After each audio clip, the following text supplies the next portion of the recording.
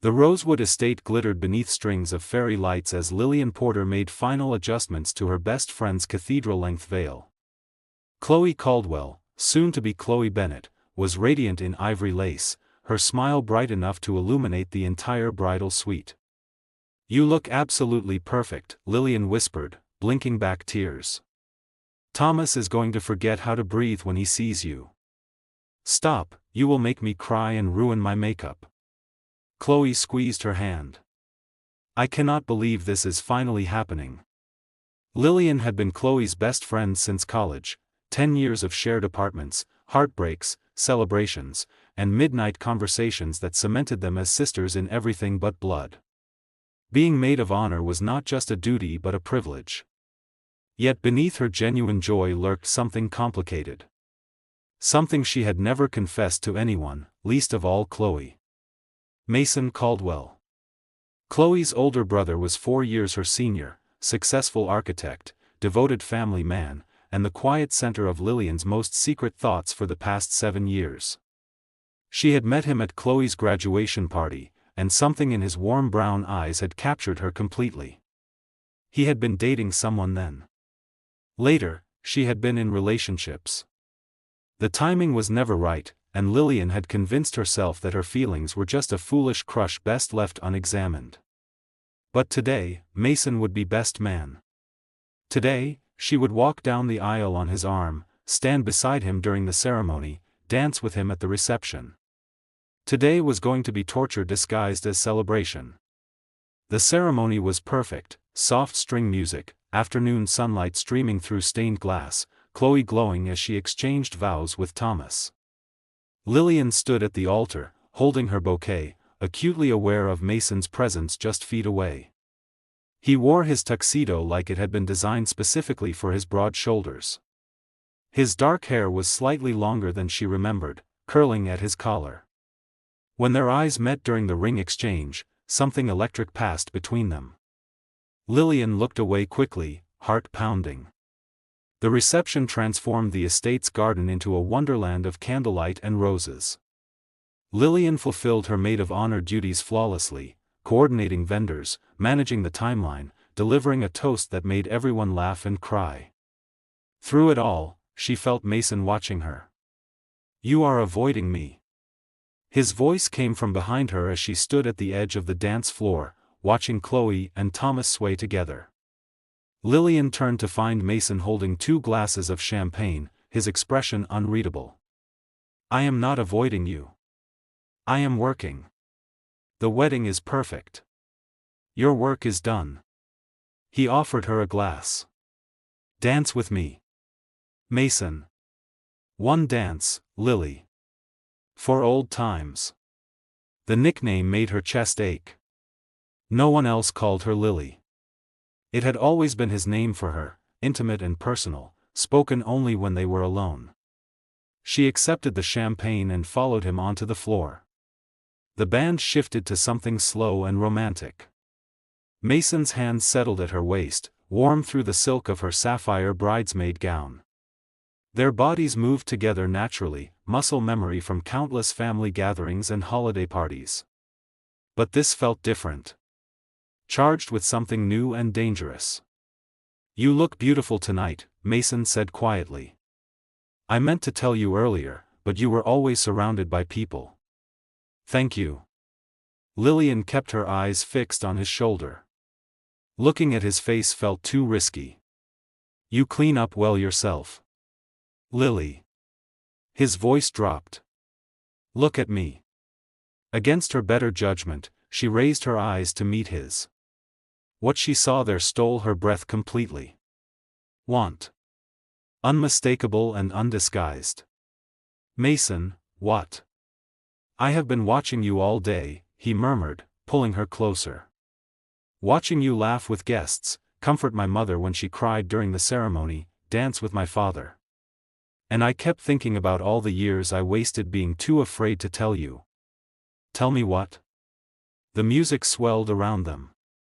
Other couples swayed nearby, lost in their own moments. The fairy lights cast golden shadows across Mason's face as he leaned closer. "This." His lips met hers softly at first, questioning. When Lillian did not pull away, the kiss deepened, tender and passionate, 7 years of suppressed longing finally finding expression.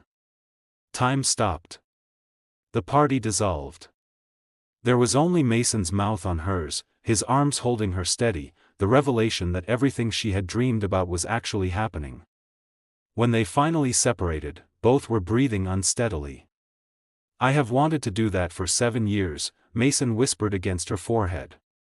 Lillian stared at him, her mind spinning with shock and joy and absolute terror. This changed everything. And she had no idea what to do next. The weeks following Chloe's wedding were simultaneously wonderful and terrifying. Mason and Lillian spent every possible moment together, long dinners that turned into longer conversations, morning coffee that became afternoon adventures, nights tangled in each other's arms discovering pleasures they had only imagined. But they had not told Chloe. "She is on her honeymoon," Lillian reasoned. "We should wait until she returns." Mason agreed, though the secrecy chafed. He wanted the world to know Lillian was his. The complications arrived 3 weeks in. Victoria Ashworth, Mason's ex-girlfriend from 2 years prior, appeared at his office with familiar possessiveness. She had heard through mutual friends that he was seeing someone new, and wanted to reconnect. Mason dismissed her firmly, but Victoria was not easily deterred. She appeared at a restaurant where he and Lillian were dining, all false surprise and calculating eyes. "Mason. What a coincidence." Victoria's gaze swept over Lillian dismissively. "And you must be Chloe's little friend. How nice that you two are catching up." The implication was clear, Lillian was nothing significant, just a family acquaintance filling time. "Lillian is not Chloe's friend," Mason said coldly. "She is my girlfriend." Victoria's expression flickered with something ugly before she recovered her composure. "How sweet. Well, when you tire of slumming, you know where to find me." She departed, leaving poison in her wake. That night, Lillian's insecurities surfaced with devastating force. "Maybe she is right," Lillian said quietly in Mason's apartment. "Maybe I am just convenient, your sister's friend who was always around, always available." "That is absurd." "Is it? Victoria is sophisticated, successful, from your world. I am an elementary school teacher who shops at Target and cannot tell the difference between wine vintages." "Lily." Mason crossed to her, taking her hands firmly. "Victoria is a social climber who wanted my family name and my money. You are the woman who argued with me about Frank Lloyd Wright's legacy when we had known each other for 3 hours. You are the one who makes me laugh, challenges my assumptions, sees me instead of my bank account. But no." His voice was fierce. "I will not let you talk yourself out of this because someone cruel made you feel small. You are extraordinary, Lillian. The only question is whether you believe it." She wanted to believe. She wanted it desperately. But the doubts lingered, waiting for another opportunity to strike. Victoria's next move was more calculated. She arrived at a charity event both Mason and Lillian were attending, positioning herself strategically and loudly reminiscing about her wonderful years with Mason to anyone who would listen. Lillian watched from across the room, her stomach churning with jealousy and inadequacy. Then Mason did something unexpected. He walked directly to Victoria, took her arm, and guided her to the center of the room where everyone could see. "Victoria, I need to make something clear." His voice carried across the suddenly quiet space. "We dated briefly 2 years ago. It ended because we wanted different things. You wanted status, I wanted substance." Victoria's face reddened. "Mason, this is hardly the place." "It is exactly the place." He turned to find Lillian in the crowd, his expression softening. "Because I need everyone to understand that my heart belongs to someone else. It has belonged to her for 7 years, even when I was too foolish to claim it." He crossed to Lillian, taking her hand and lifting it to his lips. I love you, he said, loud enough for everyone to hear. I am not ashamed of it. I will never hide it. And anyone who cannot accept that can leave my life immediately. Lillian's eyes filled with tears. Mason. Come home with me. Now. They left Victoria standing in humiliated silence, the crowd's whispers following them into the night. At Mason's apartment, the dam finally broke. They came together with desperate urgency, 7 years of wanting, weeks of building tension, finally released. Mason undressed her slowly, reverently, worshipping every inch of skin he uncovered. Lillian surrendered to sensation as his hands and lips traced paths that made her gasp and tremble. I have dreamed about this, he murmured against her throat. So many nights, imagining what it would be like to touch you, taste you, be inside you. Show me, she breathed. Show me everything. Their lovemaking was passionate and tender, bodies learning each other's rhythms, discovering what made the other cry out with pleasure.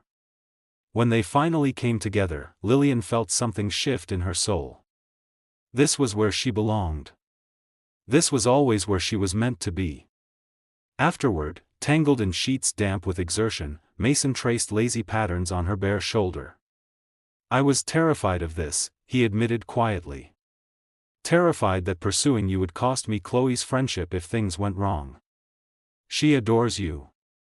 I could not bear being the reason you disappeared from her life. I had the same fear. We wasted so much time being afraid. He kissed her forehead. No more fear, Lily. Only this. Only us. Lillian pulled away from Mason's embrace, her heart racing with panic and confusion. I cannot, I need air. She fled before he could respond, weaving through dancing couples and laughing guests until she reached the garden's far edge. The cool night air hit her flushed cheeks as she pressed her back against a stone wall, trying to steady her breathing. What had just happened? Mason Caldwell, her best friend's brother, the man she had silently loved for 7 years, had kissed her. At his sister's wedding. In front of everyone. This was a disaster. Lily, wait. Mason appeared from the shadows, his expression urgent. He had followed her, of course. That was exactly what the Mason she knew would do. Please, just give me a moment. I am not going to apologize for kissing you. He moved closer, close enough that she could see the rapid pulse at his throat. But I need to know if I misread everything. Misread what? The way you look at me when you think I am not paying attention. The way your voice changes when we talk. The way you have dated men who were nothing like me, as if you were deliberately avoiding the comparison. Mason's voice dropped. Tell me I imagined it, and I will walk away right now. Lillian's resistance crumbled. You did not imagine it. Then why did you run? Because this terrifies me.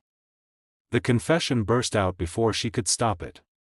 You are Chloe's brother. She is my best friend, my family. If we try this and it fails, I lose everything. Not just you, I lose her too. You would not lose Chloe. You do not know that. Tears burned her eyes. And what about tonight? You could have been caught up in the romance of the wedding, the champagne, the moonlight. Tomorrow you might wake up and realize. I have been in love with you for 7 years, Lillian. Mason's hands cupped her face, forcing her to meet his gaze. 7 years of watching you date other men. 7 years of pretending to be satisfied with friendship. 7 years of telling myself the timing was wrong, that pursuing you would complicate everything. Lillian's breath caught. You love me? Completely. Desperately. Since the moment you argued with me about architecture at Chloe's graduation party and refused to back down even when I pulled rank as the professional. He smiled faintly. You were magnificent. You still are. Mason. I am not drunk. I am not confused. I know exactly what I want. His thumbs brushed her cheekbones. The question is whether you are brave enough to want it too. Lillian studied his face, the sincerity in his eyes, the vulnerability beneath his certainty. This was Mason, who had never lied to her, never played games, never been anything but genuine. "I have loved you since that same night," she whispered. "I just never believed you could feel the same way. Then believe it now." He pressed his forehead to hers. "Let me prove it to you. Give me a chance." When he kissed her again, Lillian did not run. She surrendered to sensation, his lips warm and demanding, his arms pulling her close, 7 years of restraint dissolving into desperate need. "Come home with me tonight," Mason murmured against her mouth. "The wedding is not over. The reception ends in an hour. I will wait." His eyes burned into hers. "I have waited 7 years. I can wait 60 more minutes." Chloe returned from her honeymoon glowing with happiness, and immediately noticed something different between her brother and her best friend. "You two are together." It was not a question. "Oh my God, you are finally together." Lillian braced for disappointment, for complications. Instead, Chloe threw her arms around both of them. "I have been waiting for this for years." She pulled back, her eyes bright with tears.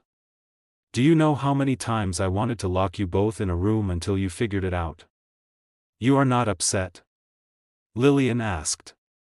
"Upset? Lily, you are already family. This just makes it official." Chloe squeezed her hand. "I have watched you both dance around each other for so long. I was starting to lose hope you would ever be brave enough to actually try." Relief flooded through Lillian.